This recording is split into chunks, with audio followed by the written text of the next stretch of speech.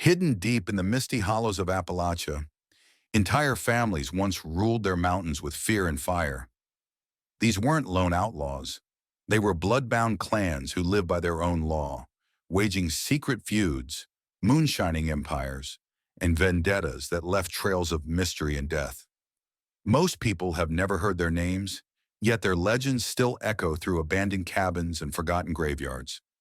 In this video, we're uncovering 10 of the deadliest Appalachian families you won't believe ever existed. Subscribe to our channel so you never miss the next hidden tale from the old mountains, and be sure to leave a comment about which dark family or forgotten clan you want us to explore next. The Hatfield family, deep in the rugged hollow lands along the Tug Fork of the Big Sandy River, where West Virginia cliffs meet Kentucky's hollers. The Hatfield family made their name. The clan was led by William Anderson Devil Anse Hatfield, born September 9th, 1839, in what is now Logan County, West Virginia. An illiterate man in terms of formal schooling, Devil Anse instead mastered toughness, cunning, and a ruthless loyalty to family. By the Civil War, these qualities were forged into something darker. During the war, Anse and many of his kin fought for the Confederacy. He held rank as a lieutenant and later captain in the Virginia State Line, and then the 45th Virginia Battalion. Alongside his uncle Jim Vance, he also led guerrilla fighters known as the Logan Wildcats, a group that carried out raids, ambushes, and sometimes outright murder, especially targeting those they believed sided with the Union. The Hatfield-McCoy feud, one of the bloodiest and most storied family vendettas in U.S. history, erupted out of this tense, violent backdrop. It officially stretched from August 30th, 1863 to about May 7th, 1891. The root causes are many: post-Civil War bitterness, land disputes, and personal slights. One flashpoint was the killing of Asa Harmon McCoy, a Union veteran returning home, ambushed by Home Guards allied with the Hatfields. Though Devil Anse was ill at home with tuberculosis at the time, many suspected him. Others pointed to his uncle Jim Vance. Devil Anse's clan held material and social advantages. Their timber business provided wealth, and political connections gave them influence in West Virginia. The McCoys, in contrast, held more modest farms in Kentucky, their status lower in the regional hierarchy. But despite wealth and influence, the Hatfields repeatedly crossed moral lines, murdering McCoy family members, retaliating violently for perceived betrayals, and eventually executing several McCoy sons, Tolbert, Farmer, and Bud. Yet the feud wasn't one-sided. The McCoys were ruthless too. Retaliations, arsons, and the theft of pigs, a serious offense in an agrarian world, all piled on. One infamous trigger was a lawsuit Randolph Randall McCoy brought against Floyd Hatfield over this swine theft. The trial was decided in favor of the Hatfields, further infuriating the McCoys. Over nearly 3 decades, dozens died. Homes were burned. Jurisdictions overlapped incompetently. State lines blurred. Lawmen, politicians, and ordinary folks were dragged unwillingly into the violence. In 1888, the infamous Battle of Grapevine Creek saw armed confrontation between the families. Ultimately, 9 Hatfields were imprisoned, including one executed. Despite all the blood, Devil Anse lived to an old age, dying in 1921 at about 81 years old. He married Lavisa Levacy Chaffin in 1861. Together they had 13 children, many of whom were directly involved in the feud, some as fighters, others as victims. After the riotous years, Devil Anse turned somewhat inward, acquiring land, building up timber operations, and even founding a Church of Christ congregation. His influence lingered in Appalachia's culture for generations. The legacy of the Hatfields remains dark and mythic. Through song, stories, and film, the feud has become shorthand for ancestral hatred, border justice, and how quickly neighbor can become enemy.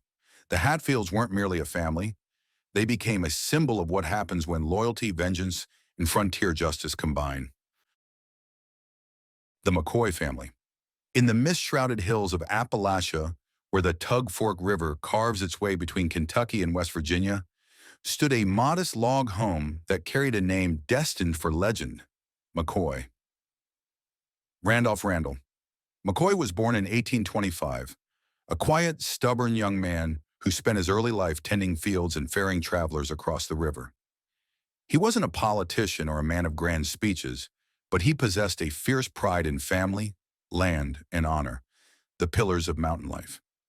By the mid-1800s, the McCoys had become a large, tight-knit clan living on the Kentucky side of Tug Fork, their lives intertwined with the seasons, the soil, and the slow passage of time. But Appalachia was never a place that stayed still. The American Civil War swept through these valleys like a dark wind, dividing friends, neighbors, and even kin. One of Randolph's younger brothers, Asa Harmon McCoy, chose to serve with the Union forces, while many families nearby stood with the Confederacy. When Asa Harmon failed to return home, grief quietly settled over the McCoy homestead, and though no official justice came, the sense of an unhealed wound remained, lingering like a shadow. As years passed, life should have returned to peace, but the borderlands between Kentucky and West Virginia seemed to collect old grudges like storm clouds. Small quarrels grew heavy with meaning. A dispute over a single wandering hog of all things became a symbol of deeper mistrust. Neighbors whispered about court cases, forged alliances, and whispered betrayals. And always, on the far bank of Tug Fork, the Hatfield family watched, powerful, wealthy, and growing in influence under the formidable Devil Anse Hatfield. Tension tightened its grip when young Rosanna McCoy fell in love with John Hatfield, the dashing son of Devil Anse. For a moment it seemed as if love might build a bridge between the rival households. But when their courtship unraveled, what remained was not harmony, but a deeper rift. Old accusations resurfaced, and quiet resentment turned into something heavier. For Randolph, the toll was personal. Of his 16 children, several would not live to grow old, their stories ending before their time during the long years of conflict. The family's log cabin, once a place of laughter, became marked in local memory as the heart of the McCoy ordeal. On a winter's night in 1888, their home was attacked and set ablaze, scattering the family and forever changing their path. They fled into the hills of Kentucky, carrying only what they could and leaving behind the place that had once meant safety. By the early 1890s, the storm finally began to fade. Legal cases closed, public attention wandered elsewhere, and the roaring quarrel between McCoys and Hatfields dissolved into history. Randolph McCoy lived quietly in Pikeville, Kentucky, until his passing in 1914 at the age of 88. Though age had bowed his shoulders, it never dimmed his spirit. He spent his final years surrounded by the rolling hills he had always called home, far from the uproar that had once shaken the nation.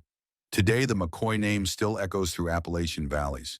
Descendants have gathered with Hatfield kin at public reconciliations, handshakes replacing the old mistrust. Historic markers and festivals now retell their tale not as a story of bitterness, but as a cautionary legend of pride, endurance, and the high price of grudges left to grow. The McCoys began as ordinary mountain folk, farmers, ferrymen, and dreamers, and became unwilling icons of Appalachian history. Their story reminds us that even the quietest families can be swept into the currents of legend. Their names carried far beyond the hills they once called home. The Melungeon family. High in the shadowed ridges where Tennessee touches Virginia and Kentucky, there once lived a people who did not fit neatly into any of the categories the outside world tried to place upon them. They were called the Melungeons, and to the settlers who heard whispers of them in the 1700s and 1800s, they seemed to appear out of the mist themselves. Neither fully known nor fully understood, yet undeniably there, rooted deep in the Appalachian soil. Their homes dotted the remote hollows and winding creeks of the Clinch and Powell valleys, places where wagon wheels rarely reached and mountains rose like green walls against the horizon. They lived simply, often on small farms, practicing trades like blacksmithing, carpentry, and herbal healing. To the outside world, their origins were an enigma. Their darker complexions and distinct features stood out from neighboring Scots-Irish settlers. Over generations, stories spread like wildfire, that they were the lost descendants of Portugal's sailors, or of Spain's first explorers, or even a forgotten colony of Turkey. Others insisted they carried traces of North Africa or of West Africa, or that they were linked to the Cherokee or Powhatan, peoples who once roamed those same mountains. The truth, revealed slowly through genealogical studies and DNA evidence, is even more intricate and fascinating. Modern researchers have found that the Melungeons are of mixed ancestry, a blend of European, often English and Scots-Irish, African, and Native American lineages. This diverse heritage set them apart in a region where identity often meant survival. Early censuses sometimes labeled them as free people of color, while at other times they were called Portuguese or Indian, depending on who was asking and when. They created their own close-knit communities in places like Hancock County, Tennessee, notably on Newman's Ridge in Blackwater Valley, where they raised large families who passed down traditions in secretive ways. Because they lived apart from the mainstream, the Melungeons became surrounded by mystery. Outsiders often spoke of them in hushed tones, painting them as elusive, secretive, even magical.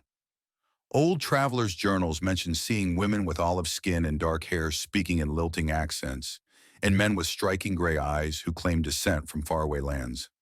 Whether those tales were true or imagined, they fed a legend that grew larger than life. The very name Melungeon, possibly from an old French word meaning mixed, or from a term used in Portuguese colonies, added to the intrigue. Life was not easy for these mountain families. The world around them was quick to judge what it did not understand. At times they were pushed to the margins, denied the same rights as others, or quietly erased from official records. Yet they endured. They married within their own circles, preserving family names like Collins, Gibson, and Goins, names still found on mailboxes and gravestones scattered through those remote ridges today. They built sturdy cabins on rocky slopes, coaxed corn from thin soil, and carried their heritage forward quietly while the rest of the country sped past them. By the late 19th and early 20th centuries, as railroads and coal camps crept into the mountains, many Melungeons blended into the broader Appalachian population. Their distinct communities faded from sight, but their legacy did not vanish. Instead, it sank into the roots of Appalachian culture itself, into its music, its crafts, its resilience, and its spirit of independence. In the modern era, genealogists, historians, and descendants have worked to reclaim this lost identity, peeling back generations of myth to reveal the real people beneath. Today, the Melungeons are celebrated as a symbol of Appalachia's complexity, a living reminder that this land has always been a crossroads of peoples and cultures, not a place of just one story. What began as whispered rumors in the hills has become a tale of endurance, diversity, and mystery, a people who carried the echoes of many worlds into the heart of the mountains and quietly became part of the soul of Appalachia. The Baker family, in the hidden valleys of Clay County, Kentucky, where the mist lingers low and the mountains cradle every echo, there rose a family whose name would be whispered through generations. The Bakers. Long before the outside world came to know this remote corner of Appalachia, the Bakers had already taken root there, their cabins and cornfields nestled along narrow creeks, their lives intertwined with the rhythm of the hills. By the early 1800s, Clay County was young and wild, a place where fortunes were carved from timber, livestock, and sheer determination. The Bakers were among its founding families, arriving with little more than grit and a will to endure. They cleared land, raised sprawling households, and became known for their deep bonds to one another, and for the powerful influence they held in local affairs.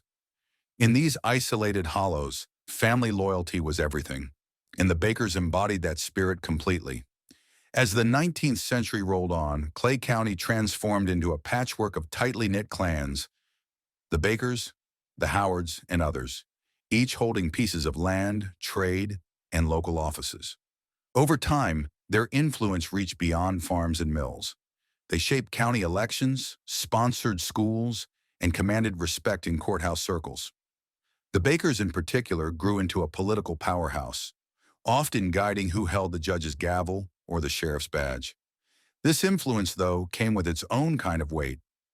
Rivalries simmered quietly beneath the surface, rooted in land boundaries, marriages, and competition for power. Local newspapers would later write of how the county seemed split between Baker men and Howard men, as if two dynasties ruled from opposite hillsides. The phrase Baker-Howard feud would eventually enter Kentucky lore, not as a tale of chaos, but as a symbol of how closely woven and passionate Appalachian family networks could be. Even as the outside world painted Clay County in broad strokes, the Bakers carried on with steadfast pride. They built churches, traded goods, raised children who would become lawyers, teachers, and public officials. Their legacy is etched into the county's foundations, in schoolhouse plaques bearing their names, in courthouse records signed in their script, and in the old family cemeteries where rows of Baker stones stand quietly among the pines. Today, the Bakers remain part of Clay County's living heritage. Though the world beyond has changed beyond recognition, their story still hums through the mountains like a distant fiddle tune, a reminder of the era when families shaped everything and when the Baker name was one of the pillars holding up an Appalachian world all its own. The Shepherds. Long before the railroads and coal camps carved their way into the mountains, the upper reaches of the Shenandoah Valley were a wild meeting place of dreams, and the Shepherds were among the first to make it their own. In the mid-17th century, Thomas Shepherd laid claim to a bend of the Potomac River in what is now the far eastern edge of West Virginia. He built a sturdy mill along the creek, and around it, cabins began to rise. That small settlement would eventually take his name, Shepherdstown. At a time when the frontier blurred the line between the known and the unknown, the Shepherds stood out as people who embraced possibility. They were traders, farmers, builders, shaping a small hub of culture and commerce in the midst of what others saw as endless forest. Travelers came to depend on their mill for flour, their ferry to cross the river, and their hospitality when the roads turned muddy. The Shepherd home became a center of community, a beacon for other settlers drifting through the valley. As the years passed, the Shepherds' influence grew with the town. Their descendants helped plot the streets, build churches, and open some of the first schools in the region. When the American Revolution stirred the colonies, Shepherdstown became one of the busiest little crossroads in the Upper Valley, sending men, supplies, and spirit toward independence. Local stories still tell of Shepherd descendants who kept journals filled with careful notes about the growth of the new nation, even as they tended their mills and riverboats. By the 19th century, the Shepherd family name was woven into nearly every chapter of the town's history. They helped bring industry and education to the area, sponsoring new businesses and supporting what would become Shepherd University. Visitors often remarked that Shepherdstown felt unusually refined for such a small settlement, with its brick homes and tree-lined streets, and much of that early elegance could be traced back to the Shepherds' vision of what a mountain town could be. Even as the world beyond their valley changed, railroads roaring through, cities rising, and industries surging, the Shepherds remained rooted to the land their ancestor had chosen. They carried forward not just their name, but a tradition of building, creating schools, libraries, and gathering places that still anchor the community today. Modern Shepherdstown stands as a living monument to their legacy. Cobblestone sidewalks, historic markers, and the old Shepherd family graves still whisper of the days when one family dared to plant a town at the edge of the unknown and watched it grow into one of the most storied corners of Appalachia. The Collins family. High in the misty folds of the Appalachian Mountains, long before paved roads or railways curled through the hills, the Collins family quietly made their mark on history.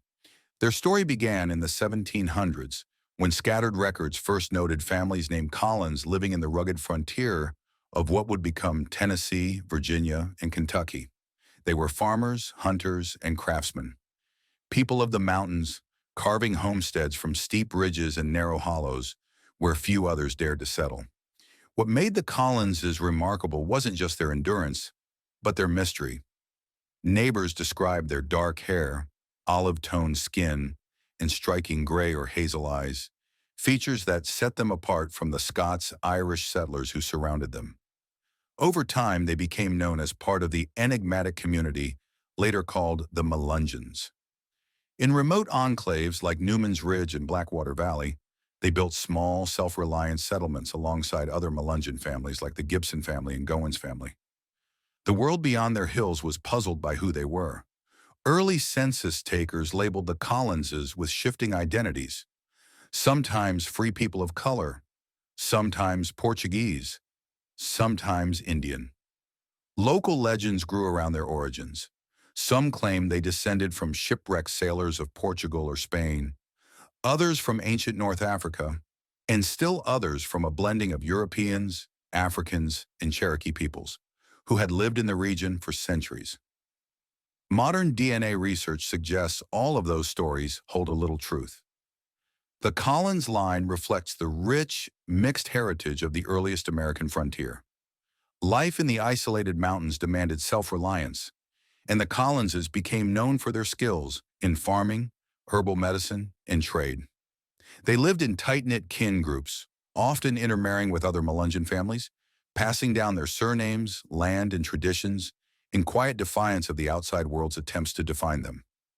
Though sometimes misunderstood or pushed to the margins by broader society, they maintained their independence and dignity, raising generation after generation in the same high valleys. By the 20th century, many Collins descendants had blended into the wider Appalachian population, their heritage softened by time yet never erased.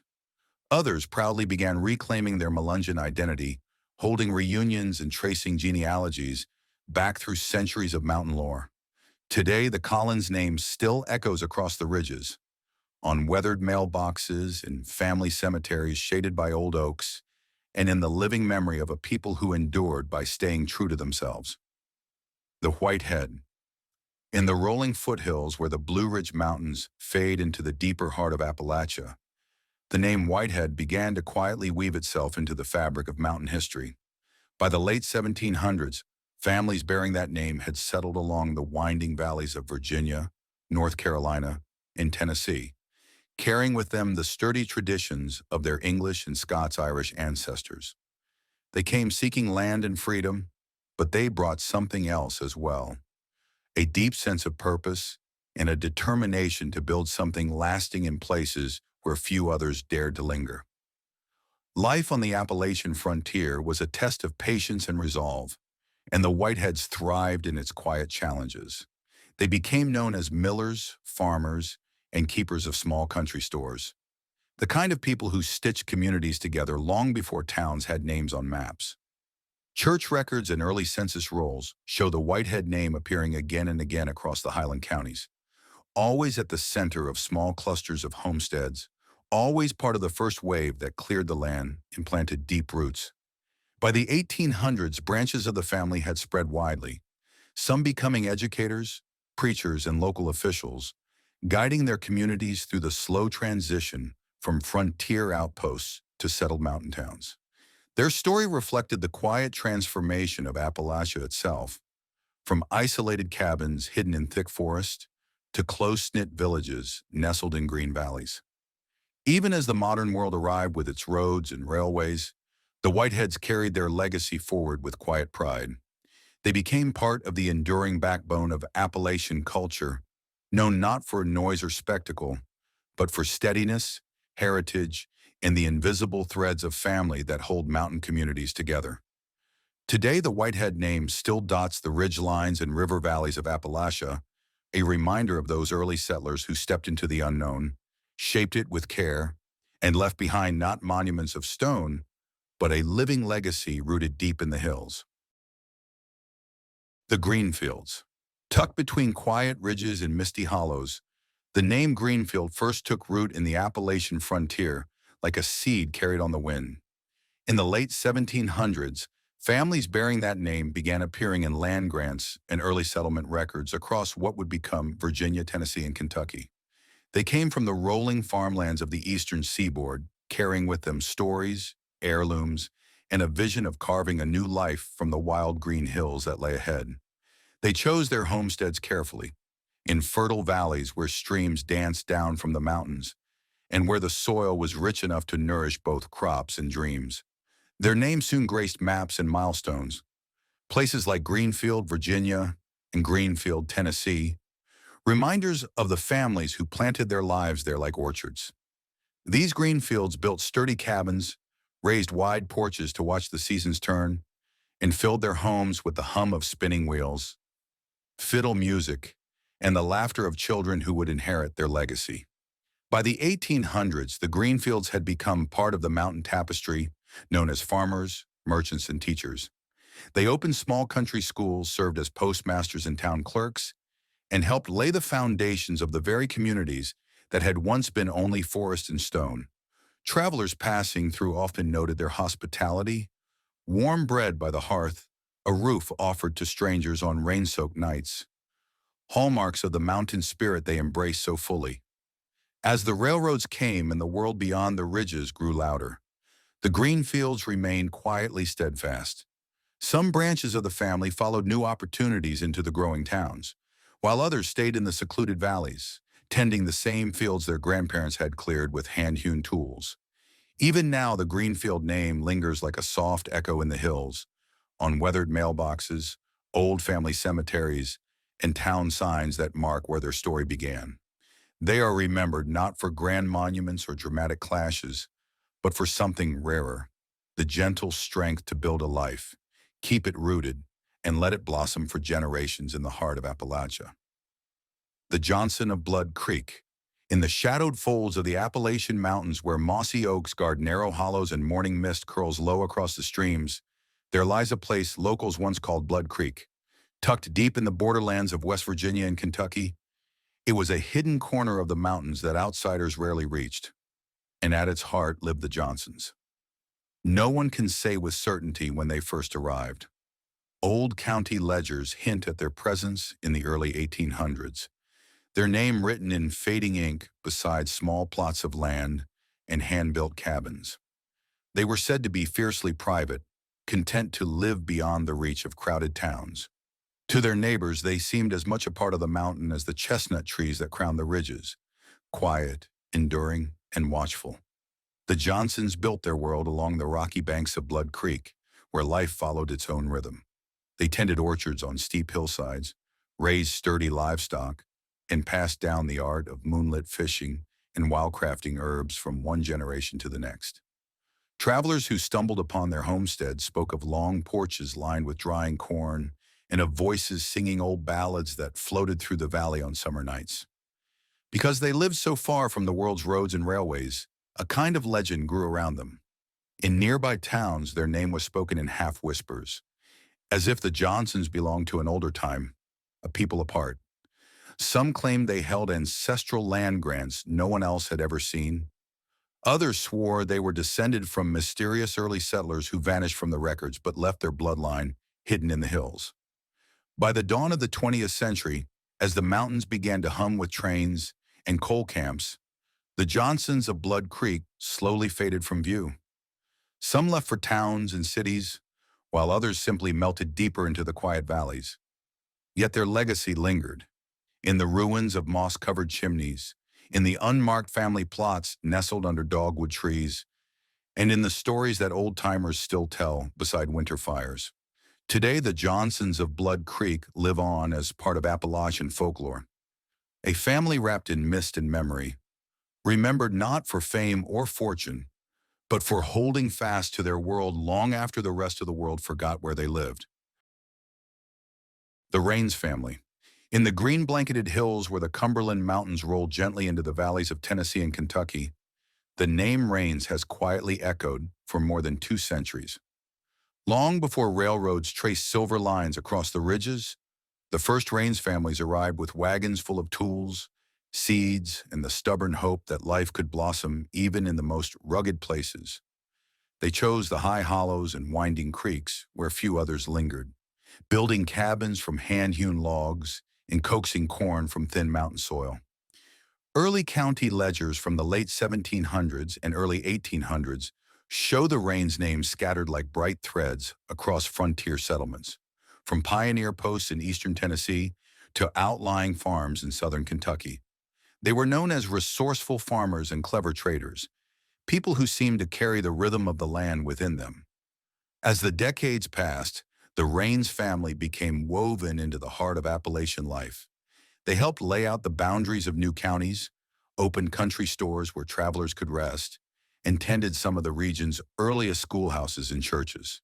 Their homes became gathering places where fiddle music danced through summer nights, and stories passed from elder to child like treasured heirlooms.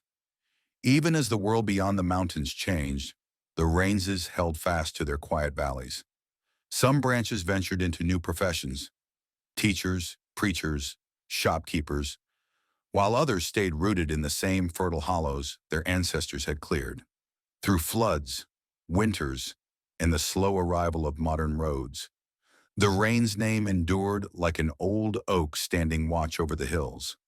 Today, their legacy lingers across Appalachia, on weathered gravestones tucked in hillside cemeteries, on the hand-painted signs of family farms, and in the memories of descendants who still gather each summer to celebrate their shared roots.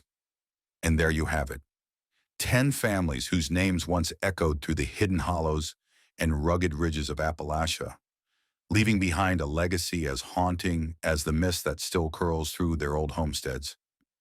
Their stories remind us that history isn't always written in books. Sometimes it lingers in whispers, ruins, and family names carved into weathered stone. If you enjoyed uncovering these forgotten dynasties of the mountains, make sure to subscribe so you don't miss the next hidden tale from Appalachia's shadowed past. And tell me in the comments, which mysterious family or lost legend should we explore next?